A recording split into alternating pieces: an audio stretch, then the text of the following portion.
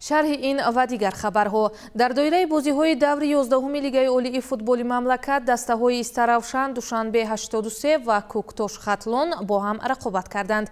نتیجه واخوری‌های مذکور در شرح همکاران ما. دو بازی باقی مانده даври 11 чемпионати Тоҷикистон миёни дастаҳои Лигаи Олӣ санаи 13 август баргузор гардиданд ки Истаравшан дар майдони худ бо душанбе 83 қувозмоӣ намуд. Тими футболи Хатлон бошад дар меҳмонии Куктош қарор гирифт. Бозии дастаҳои футболи Куктош ва Хатлон бисёр ҳам ҷолибу диданӣ баргузор гардид.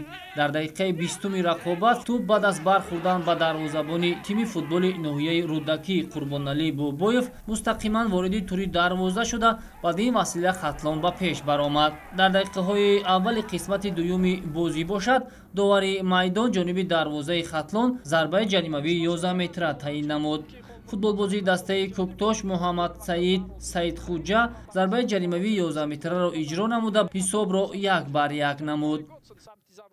Дар дақиқаи 76-уми рақобат футболбози дастаи Куктош Далер Ёдгоров аз як вазъияти мусоиди голзанӣ истифода карду бори дуюм тӯбро вориди тури дарвозаи Хатлон намуда Ғалабаи дастаашро дар ин вохӯрӣ мушкил таъмин намуд. Ҳамин тавр дастаи Куктош дар майдони худ дар даври 11 чемпионати Тоҷикистон тими футболи Хатлонро бо ҳисоби 2-1 шикаст дод. Дастаи Хатлон дар навбати худ дар сурати пирӯзӣ имкон дошт ки ба зинаи дуюми ҷадвали умумии чемпионат барояд.